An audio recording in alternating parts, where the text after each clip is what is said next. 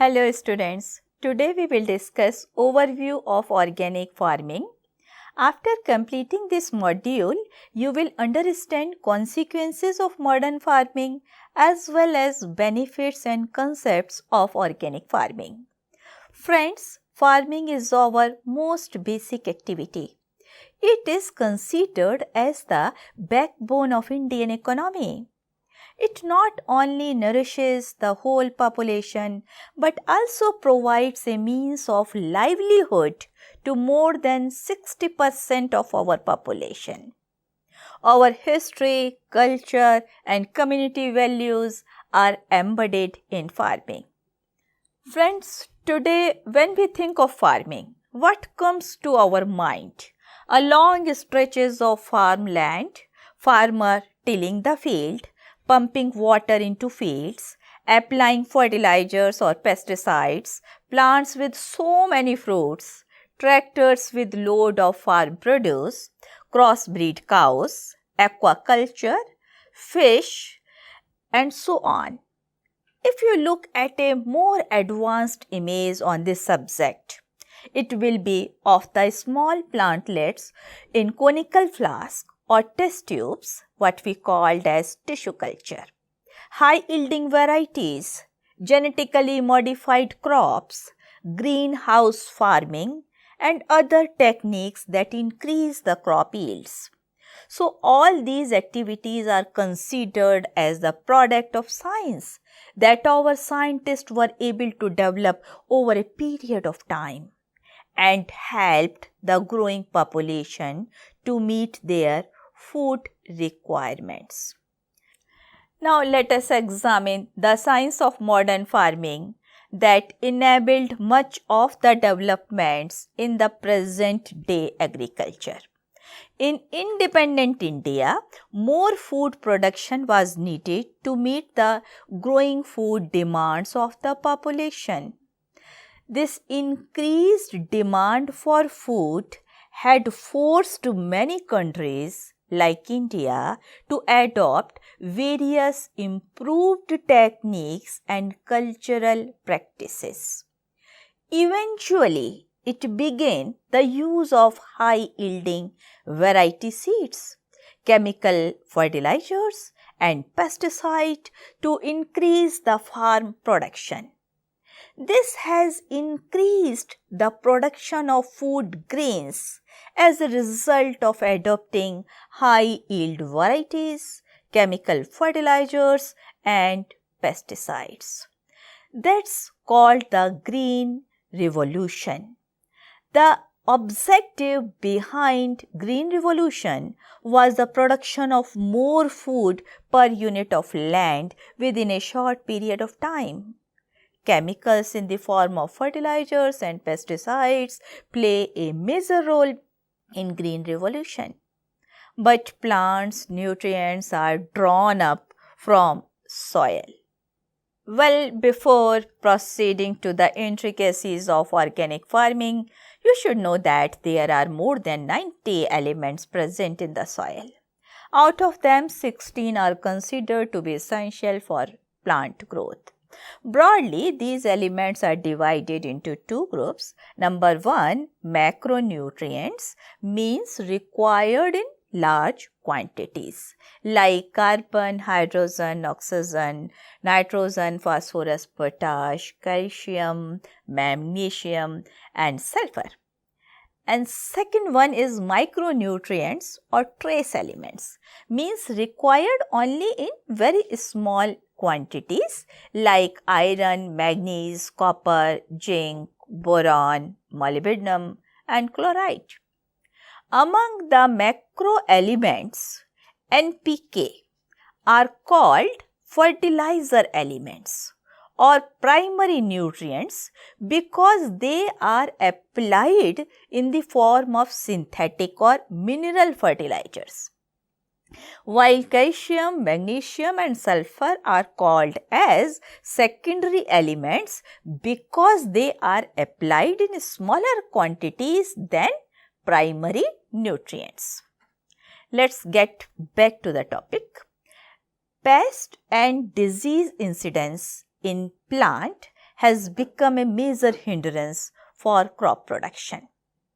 Use of high-yielding varieties along with chemical fertilizers has increased the danger of pest because it makes plant more succulent and therefore attracts more pest and disease-causing pathogens. Toxic chemicals like pesticides and insecticides are used to control pests, while diseases are mainly caused by plant pathogenic fungus, bacteria or virus. These are also controlled by chemical fungicide, antibiotics, bactericides. Friends, most of these chemical pesticides are non-biodegradable and are highly toxic in nature. Prolonged and overdose of these chemicals are hazardous to human health, soil and environment. The food we produce now contains the residues of toxic chemicals that are harmful to our body. The air that we breathe is not fresh, as it is highly polluted with harmful chemicals. There are also unusual phenomena like acid rains. The excess chemical from the field get washed off by the rain and reaches into water bodies. That affects aquatic life. Water that is available for drinking purpose also contains traces of these toxic chemicals that can damage health and internal organs. It is estimated that over 20,000 people die in India every year due to exposure of toxic chemicals. Many new diseases are reported in humans, animals, and plants. The scientists are unable to resolve them. We can see a number of consequences of modern farming like land exhaustion, means soil fertility is reducing year by year. Nitrate runoff. About half of the nitrate in the chemical fertilizers used on crops is dissolved by rain. Soil erosion when repeated deep plowing is carried out to turn over the topsoil. Heavy rains wash away the topsoil and leave the ground useless for cultivation. Next is soil compaction. Damage to the structure of soil by compression is a serious problem in areas that are intensively farmed. Modern farming involves tractor on farms for 6 or 7 times. When a tractor passes on farm, it compresses the surface. That reduces the porosity of the soil by 70%, eventually increasing surface runoff. In worst cases, the surface runoff may approach 100% and none of the water would penetrate the surface. Another one is cruelty to animals. On most modern farms, all animals, birds are crowded together in cages. Complex systems of machinery are used to feed them, and constant medication is provided to prevent diseases. The cruelty involved in managing, breeding, and slaughtering farm animals is repulsive and horrifying. Last one is stubble burning. In farms where stubble is burned, large amount of potentially useful organic matter disappear into the sky in clouds of polluting smoke. Finally, we can say ecological imbalance and environmental pollution have adversely affected farming and farm products. This alarms for corrective measures in farming practices that can produce sufficient quantity of food without harming the environment. Here comes the relevance of organic farming, which is traditional, viable, low input and sustainable method of agriculture to produce healthy food. It also helps to reduce environmental pollution and can strengthen the natural resource base. It ensures sustainable farm production. Let's have a look at the development of organic farming. I would say that throughout the 1950s and 60s, the main objective of farming was on increasing the crop and animal productivity because it was the immediate need of the growing population. Frankly, we can say organic farming was not seriously viewed by the scientists or farmers. But by the end of the 1980s and especially in 1990s, organic farming came to the forefront due to the growing awareness of environmental conservation and health issues. Many new organizations were formed by producers, consumers and other groups interested in an eco-friendly lifestyles. Many new organizations were formed by producers, consumers and other groups interested in an eco-friendly lifestyle tuned with nature. It was in the 1990s that organic farming really took off all over the world. Today, farmers in the developed and developing countries are encouraged to convert their farm to organic farms. Organic farming is one of the fastest growing sector of agricultural production. It plays an important role as an alternative and safe food production processes. It includes all agriculture systems that promote environmentally, socially and economically sound production practices. This system assures the production of high quality food along with maintaining the fertility of soil. Let's discuss certain international organizations. Those are playing an important role in organic farming. Friends, the formation of the International Federation of Organic Agriculture Movements, that is known as IFOAM, in 1972 gave an international framework to the discussion and codification of organic farming. It brings together organizations from all over the world that are involved in organic production, certification and research and education as well as promotion. Its Specification and Standards Act as guideline for the production and processing of organic products.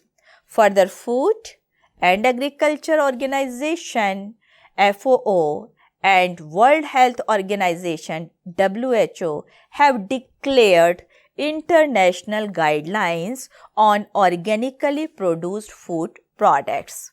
There is another commission called the Codex Alimentarius Commission, which is an international food standards body jointly formed by FAO and WHO. This Codex Alimentarius Commission has developed guidelines for the production, processing, labeling and marketing of organically produced food. We will discuss more about these agencies in upcoming lectures. Let's talk about technical definition of organic farming. The word organic means living, earth-friendly or of plant or animal origin. It is opposite to the modern farming, where chemical inputs are used. It also denotes the produce that have been produced in accordance with certain norms and standards during cultivation, handling, processing and marketing stages. It is certified by a certifying body. Sometimes the term organic agriculture is used in place of organic farming.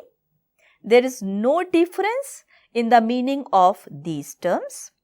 In general, people consider that it is the kind of agriculture that is based on application of organic manures, natural inputs and pesticides of plant origin. It denotes the agricultural systems that follows the principle and logic of a living organism in which all elements like soil, water, air, plants, animals and farmers are closely linked with each other. We can say organic farming includes all agriculture systems which promote production practices that are environmentally, socially and economically sound.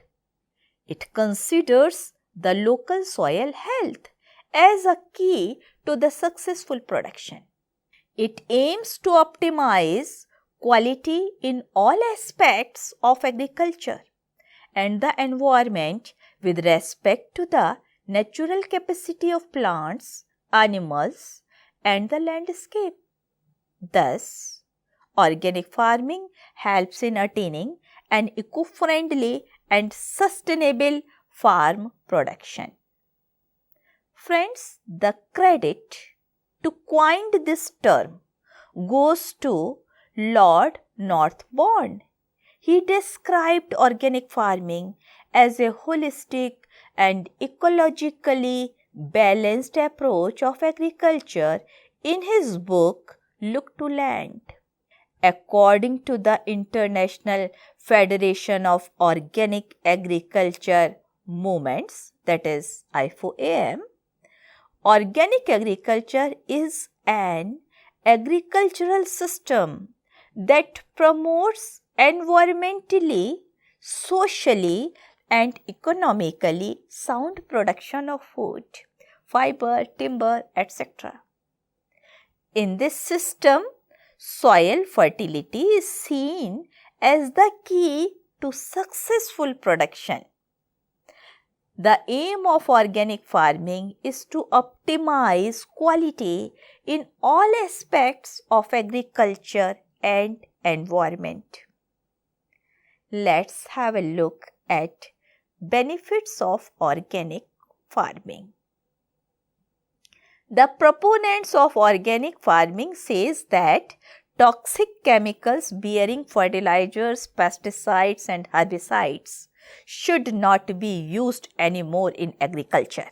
The emphasis on organic farming involves use of nitrogen-fixing crops and green manures, recycling nutrients through composting, deep-rooting plants, avoiding soil loss and locally developed. It ensures optimum agricultural output with due respect to ecological limits. the productivity of natural resources and income distribution in rural areas are interrelated and have impact on their livelihood. Some supermarkets in India have started stocking organic products. There are organic and safe food bazaars coming up in metros and other cities. The first phase of rising demand for organic products will be instrumental in giving boost to organic agriculture development in India. The small and marginal farmers engaged in rain-fed farming produces a variety of crops that doesn't require much of chemical inputs. These farmers qualify themselves as organic producers. However, they need to get educated on the scientific aspects of organic production.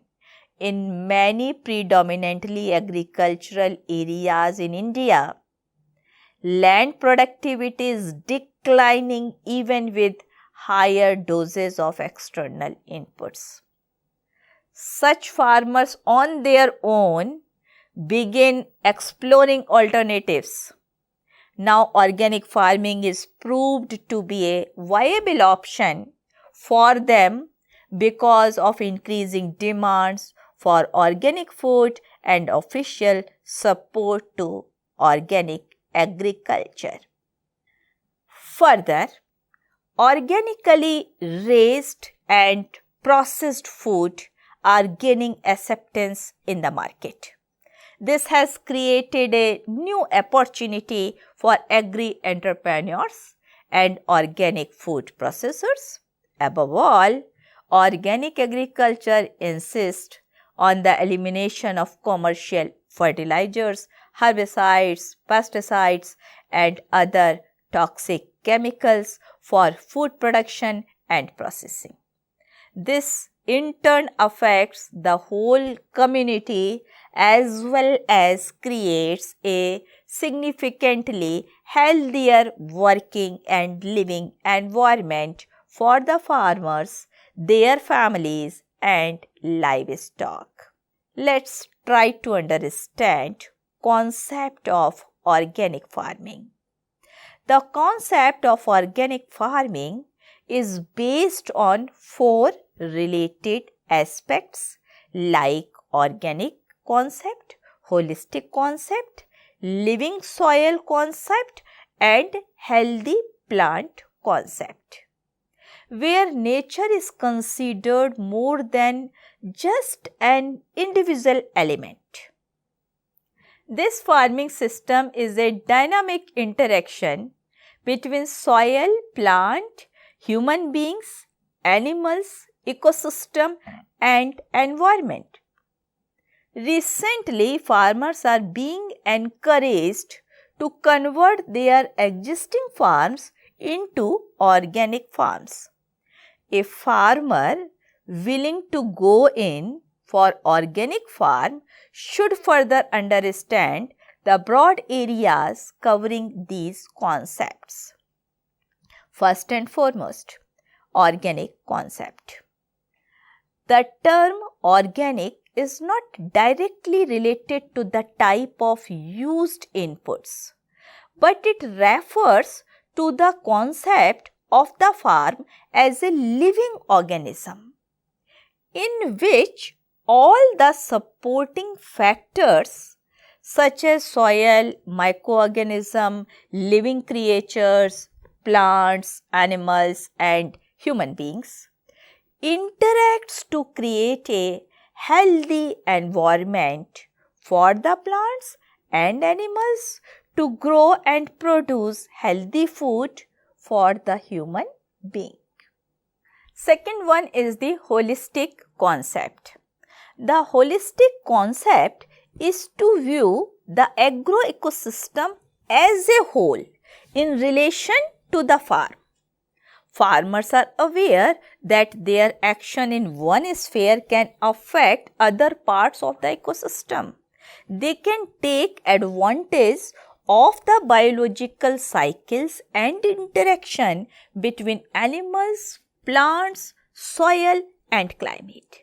These are fundamental to enhance the ecosystem's productivity, health, and efficiency. Basically, organic farming is an attempt to work with natural cycles rather than disrupting them. Third one is living soil concept. The productive capacity of soil is linked with its health, which in turn is influenced by the humus or organic matter content. You must remember that humus is the most dynamic component of a living soil. It plays an important role in shaping up the soil's physical, chemical, and biological properties. Regular replenishment of humus after harvesting of a crop is very important to maintain productive function of the living soil. Apart from being a storehouse of many plant nutrients, the humus improves the soil structure, activates soil life, minimizes the leaching loss of nutrients, and strengthens natural resistance of plants against pests and diseases. On the other hand, chemical fertilizers in the absence of humus or inadequate levels of soil organic matter will impair soil structure, disturb soil biotics, cause unfavorable changes in soil reaction, and weaken the natural resistance of plants against adverse climatic conditions and pest and disease attack. Last one is healthy plants concepts. In modern farming, the high-yield varieties have removed the diverse and locally adapted indigenous cultivars. As these high-yielding crop varieties are with narrow genetic base, they are more susceptible to pest and disease attacks in comparison to the local indigenous varieties. This has resulted in a spurt or sudden increase in the incidence of pests and diseases, which forced farmers to increase the use of pesticides. Prolonged use of these pesticides against a particular insect helps it in developing resistance to these chemicals. Further, it also kills many of the naturally occurring predators and pesticides, which are actually biological pest control agents. In many cases, pests that caused minor damages in the past have become major threat in the absence of natural enemies. This is called as pest resurgence. Similarly, in plant diseases, spraying of fungicides had resulted in building up of resistance by harmful pathogens and microorganisms.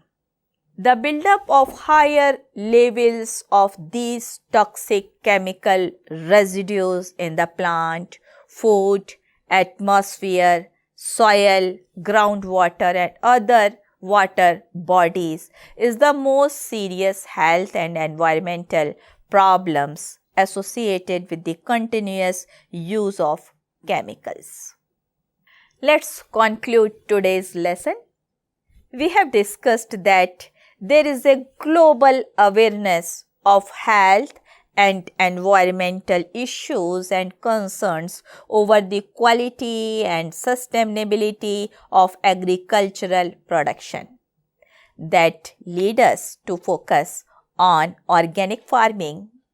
Organic farming is now considered as the best option to ensure air, water, and soil around us unpolluted. Leaving the environment safe for the present and future generations. The concept of organic farming is based on organic, holistic, living soil and healthy plant concept, where nature is considered to be more than just an individual element. The productive capacity of soil is linked with its health, then in turn is influenced by the humus or organic matter content. You have come across the fact that humus is the most dynamic component of a living soil, which is having a deep influence on its physical, chemical and biological properties. Regular replenishment of humus after harvest of a crop is necessary to maintain productive function of the living soil. You have also learnt that prolonged use of the pesticide against insect not only reduces the number of pests but also kills naturally occurring predators and parasites, which are biological pest control agents. In such cases, pests that were considered as minor had no economic importance in the past have become major pests in the absence of natural enemies. This is termed as pest resurgence. Further, we have discussed the prolonged use of pesticides against a particular insect has helped in developing resistance to the applied chemicals. This acquired resistance is inherited by next generation of insects. Hence, the farmers are forced to use higher dose of same pesticides or other pesticides of higher toxicity. All these results in mass destruction of natural enemies, hence causing ecological imbalance along with environmental pollution. That's all for now. I will catch you in next lecture with another interesting topic. Thank you.